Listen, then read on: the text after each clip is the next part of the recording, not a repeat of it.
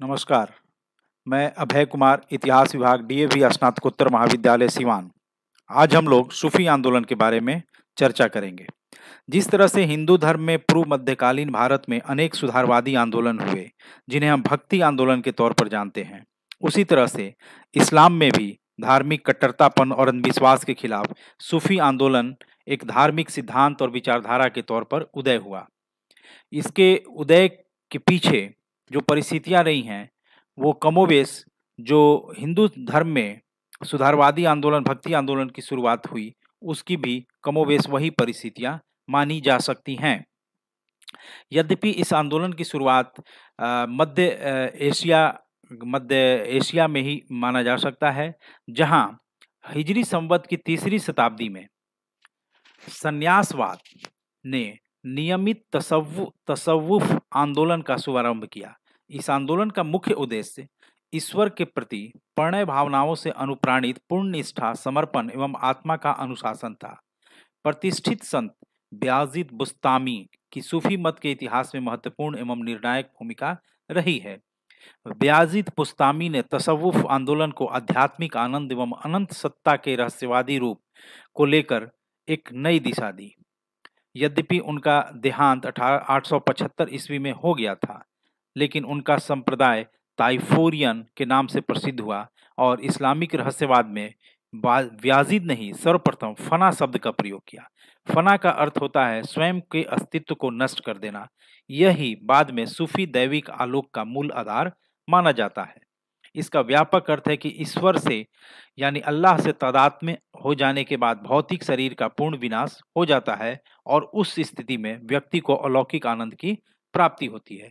इस अलौकिक आनंद की स्थिति को बका शब्द से अभिव्यक्त किया गया है। यही तसव्वुफ आंदोलन 12वीं शताब्दी में भारत में प्रवेश करता है।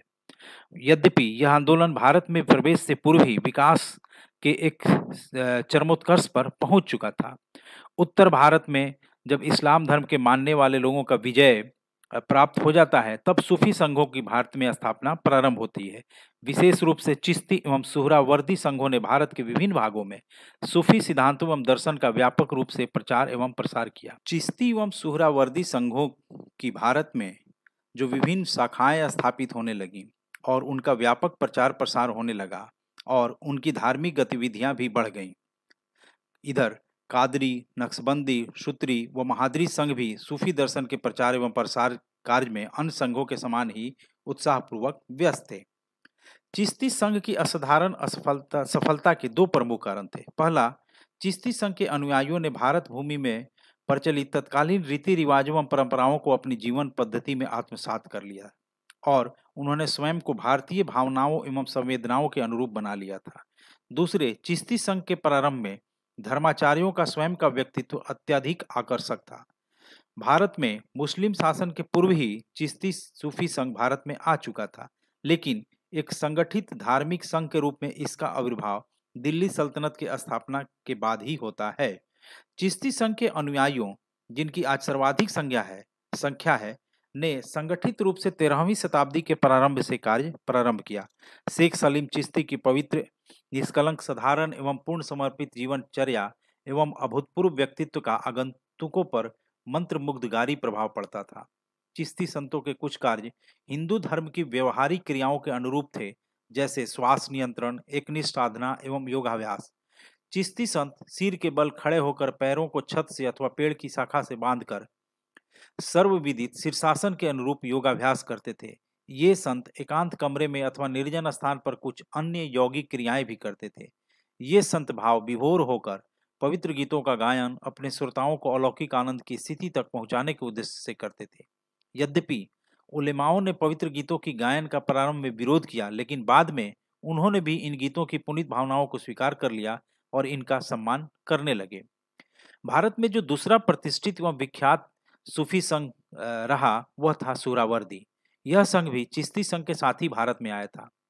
शेख बहाउद्दीन जकारिया ने इसको संगठित किया था।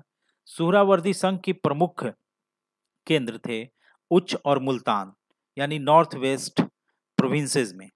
सुहरावर्दी संघ के संतों का धार्मिक एवं राजनीतिक समस्याओं के प्रति चिश्ती संघ के संतों से बिल्कुल भिन्न दृष्टिकोण था। उनके पास बड़ी जागीरें थीं और राज्य सरकार के साथ घनिष्ठ संबंध थे। इसलिए उन्होंने धार्मिक एवं सामाजिक महत्व के विषयों में अत्यधिक दृढ़ दृष्टिकोण अपना लिया था। बर्नी के अनुसार सैयद गजनवी ने सुल्तान इल्तुतमिश को हिंदुओं के विरुद्ध भेदभाव, धार्मिक अत्याचारों एवं पीड़ाओं की नीति को कार्यान्वित करने का आग्रह किया था। सुहरावर्दी संघ में भी कुछ संतों का बहुत ही व्यापक, उदार और सहृदय निष्पक्ष दृष्टिकोण था और हिंदू समुदाय उनका बहुत सम्मान करता था। शेख सुबोध शीर्षक से संस्कृत भाषा में रचित कृति में सुहरावर्दी संघ के विशेष रूप से शेख तबरीजी के संबंध में प्रचलित लोक कथाओं को संकलित किया गया है। ये लोक कथाएं हिंदू समुदाय में भी बहुत लोकप्रिय थीं और इससे हिंदुओं के शेख तबरीजी के प्रति निष्ठा एवं सम्मान का सहज ही अनुमान लगाया जा सकता है। तीसरा प्रमुख सूफी संघ जो भारत में प्रचलित था वह था कादरी। इसका अभ्युदय अन्य संघों की ही भांति की अपेक्षा बहुत पहले हो चुका था, लेकिन यह संघ भारत में बहुत बाद में प्रवेश करता है और लोकप्रिय होता है। कादरी इस संघ के संस्थापक भारत में आने वाले पहले उल्लेखनीय संत थे, लेकिन सैयद गिलानी ने 15वीं शताब्दी में इस संघ को प्रभावशाली रूप में संगठित किया था। इस संघ के कुछ संतों का धर्म के विदेशी तत्वों एवं रूढ़िवादिता की ओर झुकाव था और इसी संघ के कुछ अन्य संतों का उदार एवं रहस्यवादी दृष्टिकोण था। यानी इस तरह से आप समझ सकते हैं कि एक ही संघ की परंपरा में अलग अलग जो पीर थे उनकी थोड़ी अपनी आंतरिक भी मतभेद उभर कर सामने आते हैं। कादरी सूफी संघ में ही एक तीसरा दल दिल्ली के शेख अब्दुल हक मुबोदित जैसे संतों का था, जो मध्यम मार्ग का अनुसरण करते थे और धर्म के औपचारिक एवं आध्यात्मिक तत्वों के मध्य संतुलन बनाए रखने का प्रयास करते थे। भारत में प्रचलित होने वाला चौथा प्रमुख सूफी संघ था नक्शबंदी, जिसका शुभारंभ ख्वाजा बिल्लाह के अकबर के शासनकाल के उत्तरार्ध में आगमन से हुआ था। नक्शबंदी संघ तुर्कों, विशेष रूप से तैमूर एवं बाबर के वंशजों को आज सर्वाधिक प्रिय आध्यात्मिक संघ है। 16वीं शताब्दी में जब मुगल साम्राज्य की स्थापना होती है तब इसका महत्व बढ़ जाता है। जहांगीर के अनुसार बिल्लाह ने देश के प्रत्येक नगर एवं कस्बे में अपने दूत भेजे। बिल्लाह ने समस्त विश्व के तत्वों को ईश्वर का प्रतीक मानने के दार्शनिक सिद्धांत का विरोध किया। इसी सिद्धांत पर मुस्लिम रहस्यवाद के ढांचे का निर्माण किया गया। बिल्लाह ने विश्व के प्राकृतिक तत्वों की एकता का सिद्धांत भी प्रतिपादित किया। बिल्लाह का चिश्ती संघ के राजनीति से विलग रहने के सिद्धांत में विश्वास नहीं था। उन्होंने राजा की आत्मा और जन समुदाय की शरीर की विभिन्न अंगों से तुलना की। उन्होंने अकबर के धार्मिक प्रयोगों का भी विरोध किया जब वह सभी धर्मों में समन्वय स्थापित करना चाहता था, क्योंकि उनको इन प्रयोगों के द्वारा इस्लाम धर्म के अस्तित्व के समाप्त हो जाने की आशंका थी। उनका दृढ़ विश्वास था कि मुसलमानों को अपने धर्म का और हिंदुओं को अपने धर्म का पालन करना चाहिए। इस्लाम एवं हिंदू धर्म एक विशेष एक रूप से एक दूसरे से भिन्न तत्वों पर बल देते हैं। हिंदू धर्म के उनकी अपनी विचारधारा होती है और अकबर की धार्मिक नीतियों के विरोध करने का बिल्लाह का एक प्रमुख कारण यह भी था। बिल्लाह के विचारों, भावनाओं और मान्यताओं में कितनी भी आंतरिक विशेषताएं हों, विभिन्नताएं हों, उनका हिंदू धर्म एवं समस्त विश्व को ईश्वर का प्रतीक मानने के संबंध में दृष्टिकोण इंडो मुस्लिम रहस्यवाद की भावना के अनुरूप नहीं था। नक्शबंदी संघ का भावी इतिहास संशोधन एवं संयम का परिचायक रहा, जिससे कि भारत में उसका अस्तित्व बरकरार रहा। पांचवा प्रमुख सूफी संघ जो भारत में प्रचलित रहा वह था सत्तारी का। सत्तारी का आविर्भाव 15वीं एवं 16वीं शताब्दी में हुआ था। इस संघ के संतों ने भारतीय एवं मुस्लिम रहस्यवादी विचारों, भावनाओं, सिद्धांतों, मान्यताओं और परंपराओं को समन्वित करने का प्रयास किया। कुछ संतों ने तो हिंदू धर्म के विचारों एवं भावनाओं को भली भांति समझने के लिए संस्कृत भाषा का भी अध्ययन किया और एक संत ने वैशाली में योगियों के साथ कुछ समय भी व्यतीत किया। ग्वालियर के एक अन्य संत हिंदू रहस्यवादियों के साथ विंध्य पर्वत की निर्जन पहाड़ियों पर रहे और अनेक तांत्रिक क्रियाओं को भी सीखा। इस तरह से हम पाते हैं कि सूफीवाद निश्चित रूप से इस्लाम में धार्मिक कट्टरतापन और अंधविश्वास के खिलाफ एक विद्रोह था, जहां आस्था और रहस्यवाद को महत्वपूर्ण स्थान था, जिसने इस्लाम को कट्टरता एवं रूढ़िवादी तत्वों से मुक्त एक बुद्धिवादी एवं भावनात्मक विचारधारा से